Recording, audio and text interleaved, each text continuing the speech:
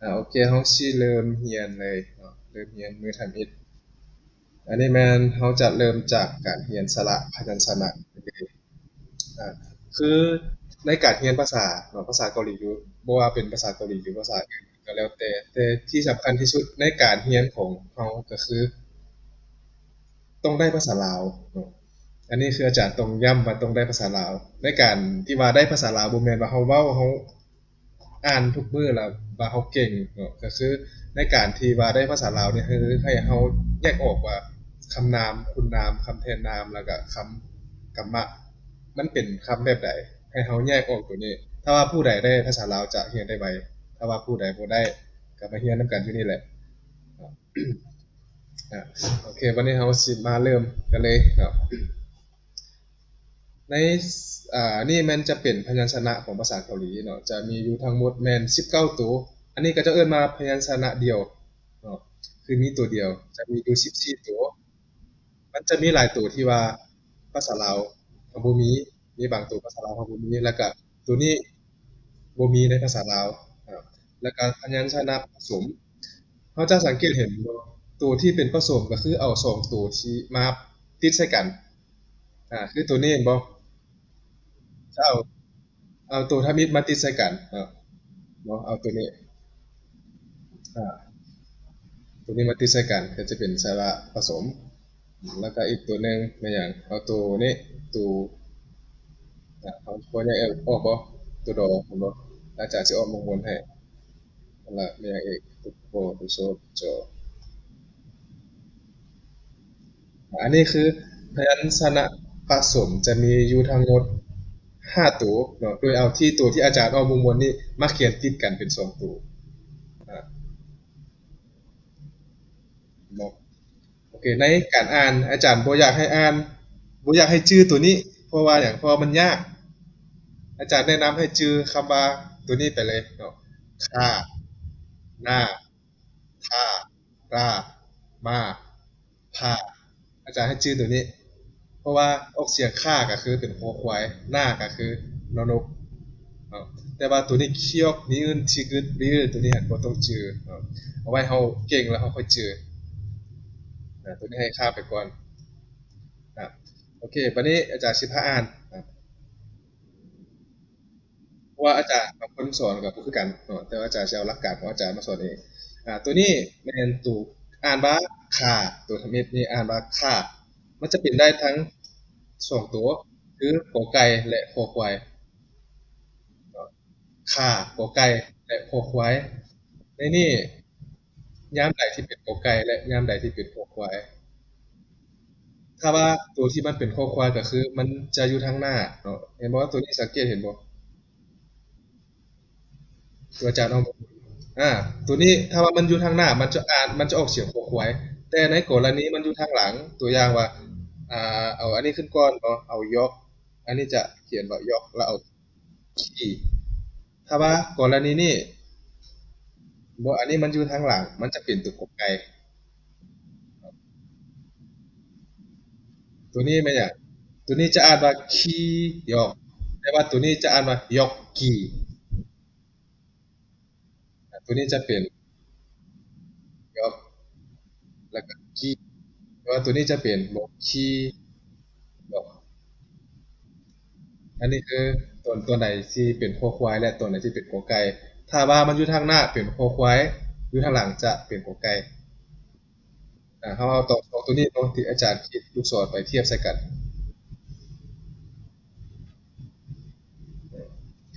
ตัวต่อมาก็คือตัวนี้จะอ่านว่าหน้าเป็นนอนกเนาะหน้าแล้วก็อย่างท่าท่าคือกันจะมีตัวเด็กและกุ้งถ้าอยู่ทางหน้าถ้าว่าตัวนี้มันอยู่ทางหน้าคือกับจังตัวนี้จะเป็นทอทุงเห็นบ่ตัวนี้อาจารย์เขียนเป็นที่เด้ที่เกิดที่แต่ว่าตัวนี้อยู่ทางหลังจะเป็นตัวเด็กเนาะตัวต่อไปเดี๋ยวเวลาเฮาเรียนอ่านแล้วเฮาสิได้เรียนอีกทีหนึงเนาะตัวนี้อ่าตัวรานี่จะเป็นตัวรอลิงรอระฆังราแล้วก็มาผ้าชา อ่าจ้า ตัวนี้ก็คือตัวจ้าบางเทื่อก็เป็นตัวโจโจแต่ว่าบางเทื่อจะเป็นตัวควบตัวโจกับตัวโบควบกันตัวอย่างว่าเป็นเช่นบอกจ้ามันก็จะมีคำว่าตัวโจกับตัวโบสระอาเห็นบ่จะอ่านคำว่าจ้าอ่าแล้วก็ตัวนี้ภาษาลาวก็มีตัวคำว่าชาลองอ่านนำกันว่าชาก็เสียงชาชาแล้วก็แม่นขา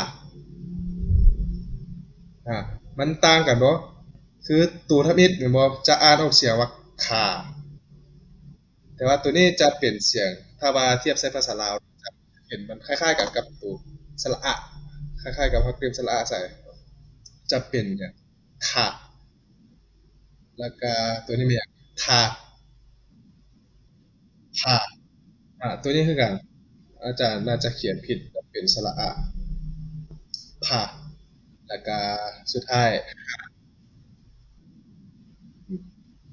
โอเคเขาลองอ่านนำกันไหมลองอ่านตามอาจารย์ไหมอืมจะได้อาจารย์เริ่มจากตัวที่หนึ่งบอกอ่านว่าขาหน้า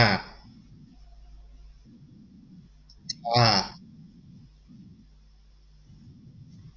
ราอา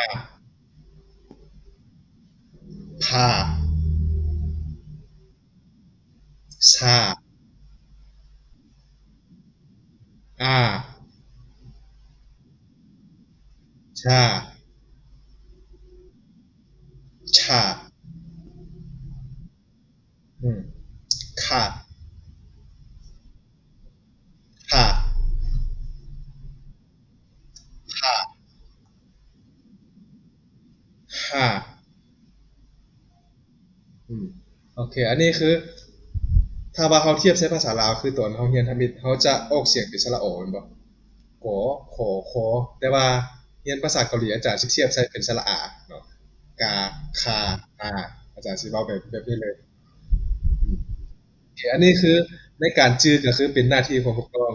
อาจารย์คือสอนวิธีออกเสียงให้มีแต่วิวิธีจือก็คือเราต้องเขียนหลายๆเนาะวันนี้เรามาเบิ่งเดี๋ยวหลังจากเรียนจบแล้วอาจารย์สิส่ง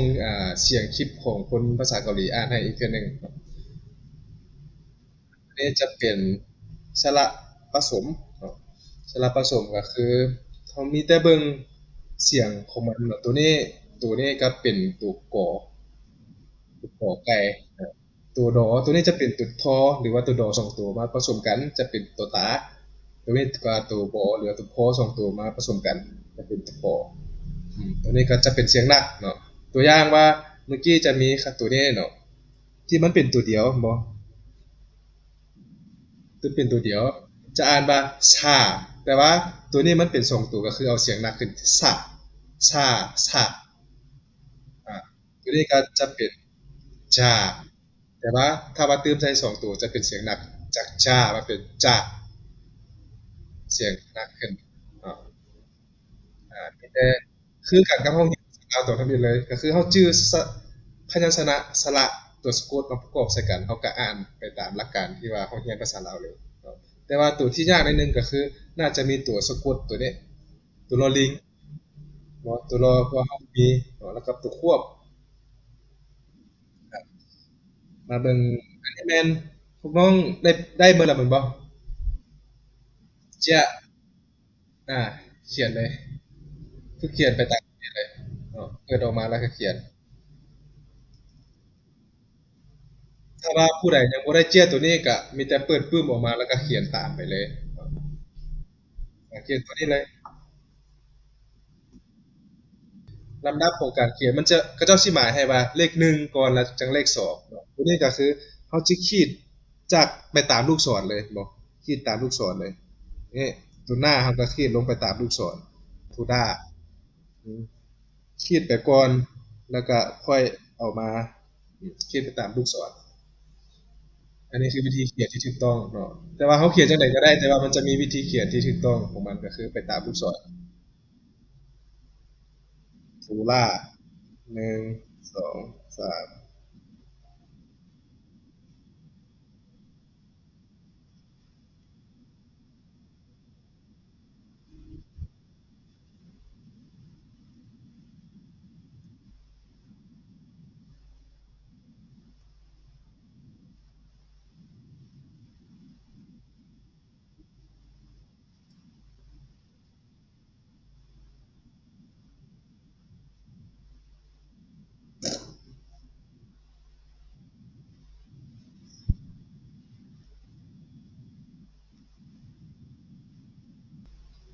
วิดีโอที่ว่าอาจารย์ส่งให้วิดีโอย้อนหลังอาจารย์กำหนดให้ได้2 มื้อการ2 มื้อแล้วอาจารย์สิลบถ้าว่าผู้ใดมีความจำหลายโหลดไว้ในโทรศัพท์หรือว่าให้โหลดไว้ใน USB ก็ได้เพราะว่าคันอาจารย์บ่ลึกหั่นอหยังของอาจารย์ก็สิเต็มคือกันเพราะมันหลายอาจารย์ต้องได้ลบออกคันบ่ลบแล้วอาจารย์สิส่งวิดีโอต่อไปบ่ได้2 มื้อ2 หรือ 3 มื้ออาจารย์สิลบ เป็นเมื่อกี้นี่จะเป็นพยัญชนะแล้วบัดนี้เราสิมาเบิ่งสระสระคือกันสระก็จะแยกออกเป็นสระเดียวและสระผสมรวมทั้งหมดจะมีอยู่21ตัวเนาะ21ตัวแล้วแยกออกบัดนี้เดี่ยว10ตัวและผสม11ตัวในการเบิ่งคือง่ายๆเนาะฝั่งนี้จะเป็นสระเดียวเนาะเบิ่งฝั่งนี้เราสังเกตเบิ่งเป็นสระเดียวแล้วฝั่งนี้จะเป็นสระผสมอ่าบัดนี้เรามาเบิ่งว่าผสมแบบใด คือสระผสมตัวนี้ตัวที่มันเป็นสระแอนี้สระแอนี้มันเอาจากสระอากับสระอีมาผสมกันเราสังเกตเห็นบ่สระแอตัวนี้เนาะมันจะเอาสระอานี่ตัวอาจารย์เอาวงมนกับสระอีอยู่รวมสุดนี่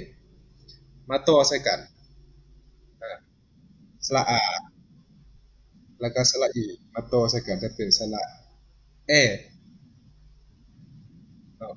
ตัวนี้ตัวสระแย่แย่นี่ก็เอาสระใดมาผสมใส่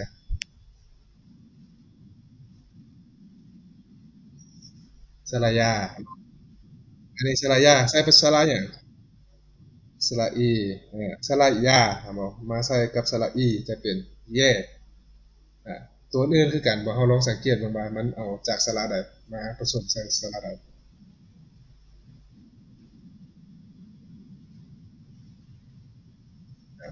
สระเอก็เอาจากสระหยังสระโอบ่สระโอกับสระอีมาผสมกัน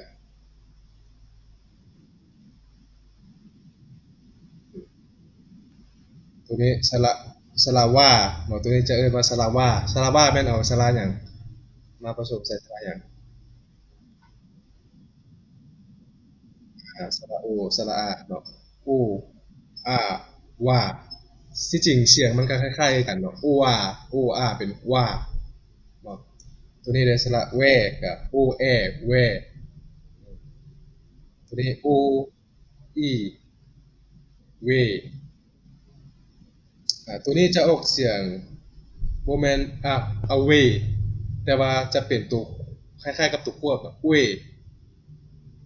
เป็นสระเว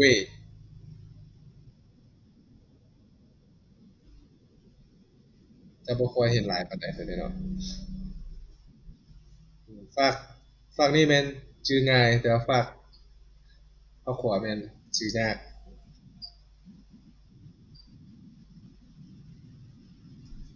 โอเคลองอ่านเบิ่งเราลองอ่านนำกันลองอ่านตามอาจารย์เบิ่ง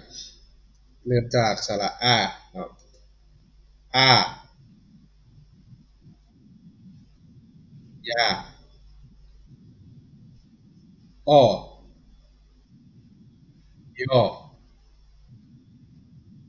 โอโยอูจู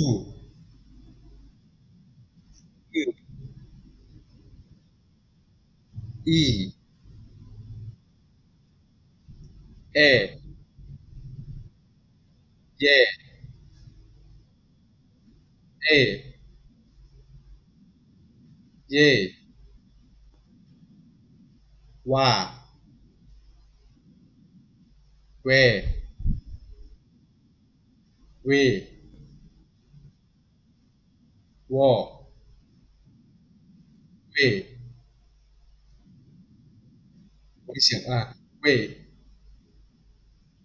เวเววีอุยโอเคตัวสุดท้ายอุยอ่ะอันนี้คือสระสระมันคือตัวเลื่อนนะมันข้างนะเดี๋ยวสักขอออกก่อน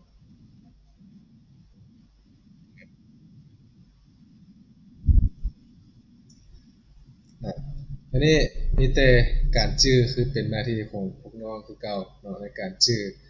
คำนี้ถ้าว่าตัวใดออกเสียงยากตัวอย่างเรามาถามตรงถามอาจารย์เกินไปส่งถามในกลุ่มเนาะตัวใดตอบได้ก็ช่วยตอบช่วยกันวันนี้จะเป็นการฝึกเขียนลองฝึกเขียนเบิ่งสระอันนี้จะเป็นสระเดียวเนาะสระเดียวแล้วก็จะมีสระผสมลองฝึกเขียนเบิ่ง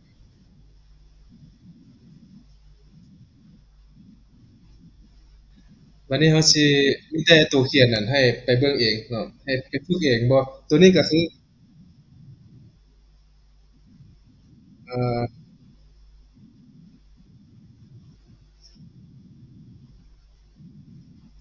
โอเคบัดนี้เรามาเบิ่งการประกอบเนาะการประกอบสระพยัญชนะเข้ากันกับสระในการประกอบนี่ก็เราจะมีอยู่3แบบหนึ่งคือใช้ทางข้างสองใช้ทางกล้องแล้วก็สามก็คือตัวที่เป็นสระผสมทางกล้องกับทางข้างเนาะตัวที่ใช้ทางข้างมันจะมีสระตัวอยู่ในนี่อายาโอโยอีเอเย ตัวนี้จะเป็นลักษณะที่ประกอบเข้าทางข้างเนาะอันนี้คือเข้าทางข้างของพยัญชนะสระที่ประกอบเข้าทางข้างของพยัญชนะจะมีอยู่จำนวนนี้2 4 6 8 9 ตัวตัวนี้จะประกอบเข้าทางข้างหมดเลยเราจะสังเกตเห็นบ่เข้าทางข้างทั้งหมดเลยตัวนี้ก็ให้เราไปฝึกเขียนเองแล้วตัวนี้คือวิธีฝึกเขียนแม้นเราจะเขียนไปเรียนกันไปเลยมาตัวนี้ค่าแล้วก็เขียนต่อไปว่าอย่างแค่พอ เคียวอีแค่เรียนต่อไปจากที่นั้นครับ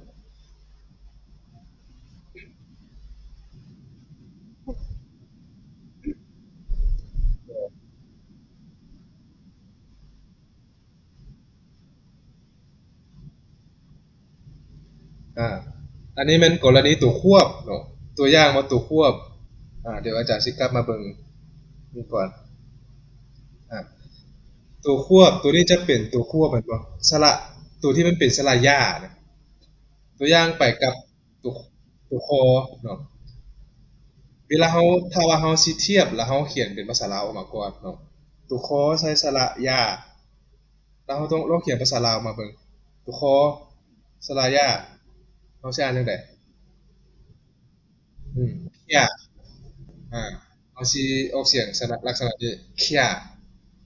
อันนี้ตุกขอใช้สระยูเขาก็เขียนลงมาเบิ่งตุกขอสระยูคือคิวคิวอันนี้เลย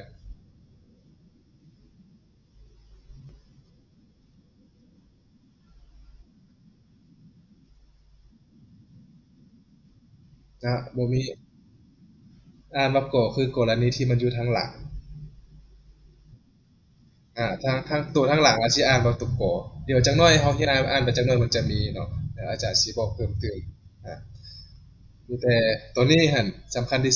สุดก็คือให้เฮาจื้อสระพยัญชนะก่อนเนาะแล้วก็วิธีการประกอบตัวนี้ คือประกวดสัญญางข้างข้างของพยัญชนะตัวนี้แมันประกอบใช้ทางกล้องของพยัญชนะจะมีอยู่5 ตัวตัวนี้ประกอบใช้ทางกล้องบ่คือตัวอย่างตัวคอใส่สระโอบ่สระโยสระอูยูแล้วก็สระอืออ่าอันนี้ไม่ให้เอาเขียนไปเลยอันนี้คือประกอบใช้ทางกล้องแล้วบัดนี้ประกอบใช้ทางข้างและทางกล้อง อันนี้คือจำนวนสระที่ประกอบใช้ทั้งข้างและทั้งกล้องของพยัญชนะครับตัวที่ประกอบใช้ทางกล้องก็คือสระเดียวที่ประกอบใช้ทางกล้องแล้วก็ตัวที่อยู่ทางข้างก็คือสระที่ประกอบใช้ทางข้างตัวนี้แม่นสระว่ามันบอกสระว่าคือได้มาจากสระอูกับสระอาอ่าจากสระอูและสระอามาประกอบกันฉะนั้นเวลาเขาเขียนมาตัวคอมาสระอูเขาก็เขียนมาคือเก่า และสระอาประกอบใส่ทางข้างเขาก็เขียนมาคือเก่าก็เลยได้ตัวติดกันแบบนี้อ่าสระวันนี้สระอย่างสระเวบอกมันจะเป็นสระอูแล้วก็สระเอติดกันแบบนี้เวลาเขาเขียนเขาก็เติมใส่แบบนี้เลย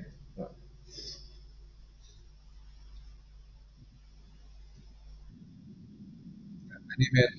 ในการประกอบสระเข้ากับพยัญชนะจะมีสามแบบทางข้างทางกล้องแล้วก็ทางข้างและทางกล้องอันนี้มันให้ลองไปฝึกเขียนแบบ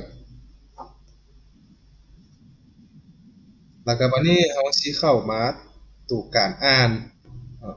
อันนี้จะเป็นการอ่าน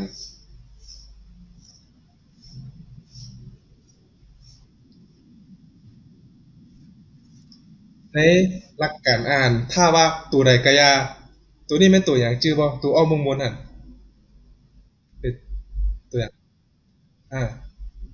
ตัวอย่างอาจารย์ไม่ให้ชื่อเป็นที่หนึ่งตัวอาเนาะตัวอาก็คือเป็นตัวอภาษาลาวบ่ อ๋อโอ้บ่ว่าอโอจะไปกับสระใดก็ตามจะออกเสียงสระอโอไปกับสระใดก็อย่าออกเสียงเป็นสระบ่ได้ออกเสียงเป็นอโอออกเสียงตามสระเลยคืออโออยู่ในนี้จะบ่มีเสียงแต่ว่ามันจะมีเสียงสระอ้าวเอาลองมาอ่านนำกันเบิ่งอันนี้ไม่อยากอโอใช้สระอ่านว่าอ่าสระหยังสระใช้สระหยังโอเก่าเนาะข้อที่สองสระหยังต่อไปสระโอเคต่อไป ข้อสามสระยาออกเสียงว่ายาคือเก่าเนาะยาต่อไปแม่นย่อโอเคต่อไปสระอย่างว่าอ่าโอเคข้อสี่สระเวอ่านว่าเวต่อไปสระสระอย่างตัวสุดท้ายบอกอุ้ยโอเคสระอุ้ยต่อไปสระแอโอเคข้อที่ห้าสระอย่างว่าว่าแล้วแม่นเวเวต่อไปเอเนาะเอโอเคข้อหกสระอย่าง อีอุ้ยต่อไปเวโอเคชาเดเสือถามโอ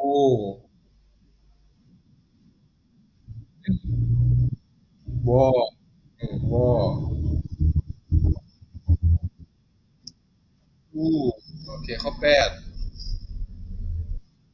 ว่าต่อไปเป็นอาต่อไปเป็นยายาแล้วก็อูอูแล้วแมนอูอ่าชูตัวสิบเอเอแล้วแมนอุ้ยต่อไปแมนเยโอเคข้อ11ยูอูต่อไปได้ อูสระอูข้อที่12เวเวละวีโอเคต่อไปแมนอึย13เย่เย่ต่อไปเอโอเคต่อไปแมนอ14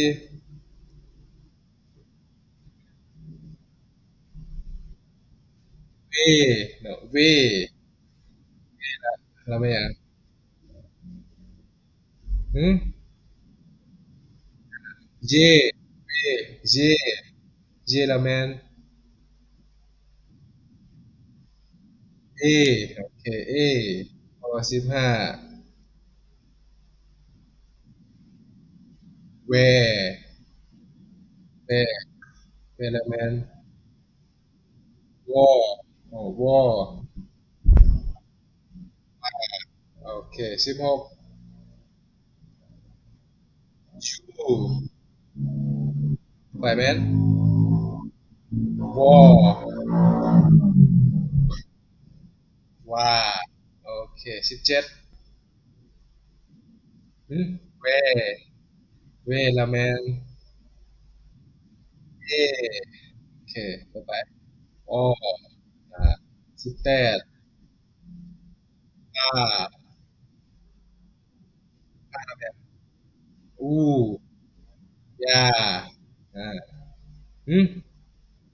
บ่ได้อ่านว่าอาญาเด้ย่าซื่อๆครับ19คือดีหืมกลางตัวกลางเป็นหยังเวโอเคได้ตัวสุดท้ายแม่น วีข้อซาวเวเวเวแล้วแมนเฮ้ยเอโอเคอ่ะอย่าลืมว่าตัวใดก็อย่าสระใดก็อย่าไปกับโออูหรือว่าตัวอาให้ออกเสียงสระเลยเนาะออกเสียงสระทั้งหมดเลยอ่าโอเควันนี้เมื่อกี้ท่านจะเป็นสระวันนี้นะบวกใส่พยัญชนะภาษากันได้มาเบิ่งอันนี้แม่นตัวอย่างอันนี้ชื่อบ่ตัวอย่างก่อใช้สระอย่างอ่านว่ากา กาชิบอกตัวนี้จะเป็นตัวชาตัว ch ตัวชาตัวนี้อ่านว่ากาชิโอเคอันนี้ก็คืออันนี้เดี๋ยวเป็นรูปของชื่อเป็นชื่อของนกกาชิไปกระต่ายอ่านว่าอะไรดูอย่างใส่สระอย่างอืมอ่าโทกิโอเคโทกิกระต่ายโทกิมาได้ตัวอย่างสร้างอืมโคกิริตัวคอหรือว่าตัวคอโคกิริ โอเควันนี้กุ๊กอันนี้แม่นหางเนาะหางมาแล้วมาจังได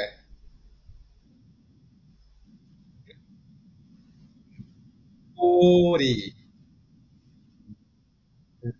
กูดีอันนี้แม่นปิดหรือว่าเก็บอ่านว่าตาตัวโตมาตัวโตสองอันตาตาบะวันนี้อ้ายบอกอ้ายกันซีเซ็ตอ้ายอืมโออ้ายแต่ว่าอ้ายตัวนี้ผู้ชายเอิ้นบ่ได้เด้มีแต่ผู้หญิงเอิ้นผู้ชายจะเอิ้น คนละแบบกันตัวนี้ผู้หญิงอ้ายมันเอิ้นว่าผู้ชายแม่นเอิ้นต่างหากโอเควันนี้พ่อบ่นี่พ่ออืมอาเออใช่ครับอาปากโอเคอาปากวันนี้เขียนมาหยังซื่อตาโอเคซื่อตาวันนี้มาหยังแกงตัวหยังอันนี้ตัวหยังอืมจิจิเกจิเกโอเคอยู่นี่มันจะมีรวมกันมีคำนามกับคำกริยาหรือว่าคำกรรมะ ถ้าว่าอาจารย์สิบอกวิธีสังเกตว่าตัวใดที่เป็นคำนามและตัวใดเป็นคำกริยาถ้าว่าตัวใดเป็นคำคุณนามหรือคำกริยาจะลงท้ายด้วยตะ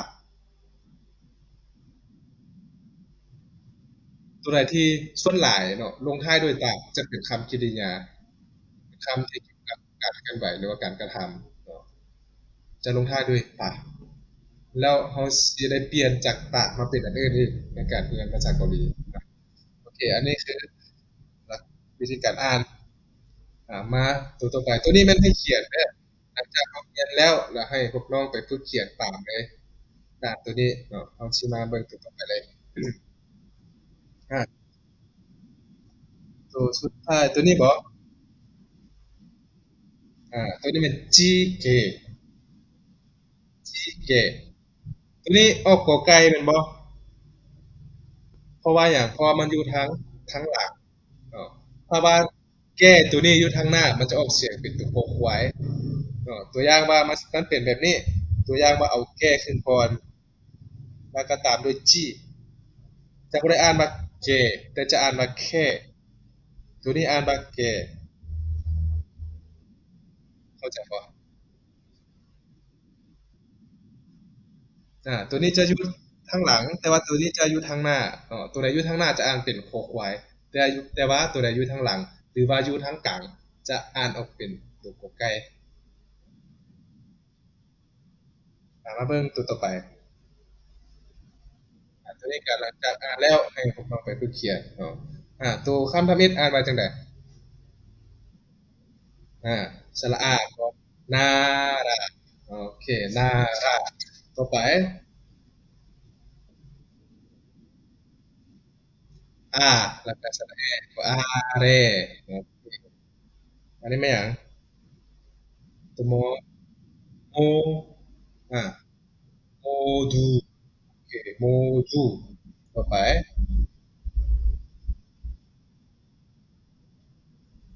อออย่างจุดจอจอตัวนี้จะเป็นจอจอด้วยอเจจะโบแมนโจโจ้100%โบแมนโซสร้างแต่ว่ากากๆโอเจโอเคต่อไปแมนฮารูโอเคฮารูคำต่อไปแมนหึสระอูเนาะเซซูโอเคเซซูโอเคต่อไป